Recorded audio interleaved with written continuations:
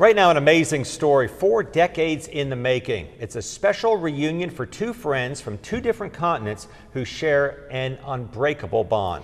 One of the men is from right here in our area. News 13's Rusty Ray traveled hundreds of miles to be the only television reporter to share in the moment, and his special report tonight is truly, positively Carolina. It has pictures of the exact boats that we were on. This book holds part of Jim Milstead's story in Vietnam.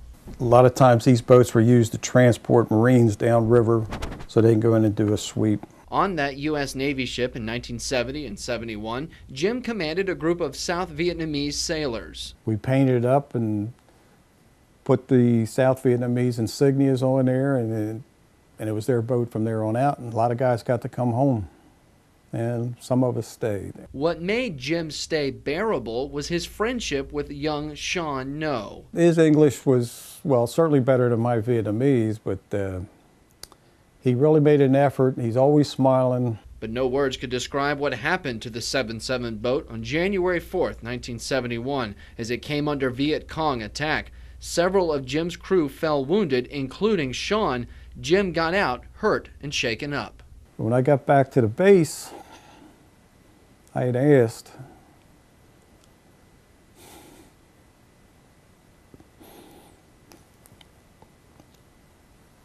who was killed, and he said all of them. But what officers didn't know, and Jim didn't know, is Sean did make it out. Recovery crews dropped him off before they returned to base. He immigrated to America 30 years ago. Now he owns his own Japanese steakhouse in Venice, Florida. Many people just like me, they get out to look for the freedom, and they pay for their own life and never come. But I'm lucky I come to this land. Sean, like Jim, often wondered what happened to his friend from long ago. But you both played an important role in each other's lives, obviously. Well, I'll tell you, Rusty, it was like I said, when I was told that nobody survived, you got to let it go. You got to push it away, or it'll consume you. And I don't want to go to Washington, to the Black Wall, to look for his name. I never want to do it. Sean asked his friend Jack Gang to help him locate Jim online. Jack eventually came across this VFW magazine photo, tracked down Jim on the Grand Strand, and gave Sean Jim's number. And I had my phone, and it rang, and I put it on the railing, and I looked at it, and I knew who it was, and couldn't pick it up. Eventually, they talked and agreed to reunite in Florida last Friday. Jim! Kathy, how are you?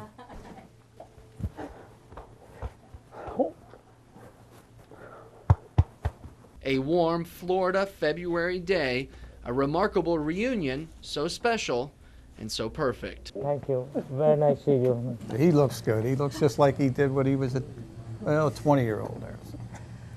But I think we change a lot, just outside, but inside we do the same.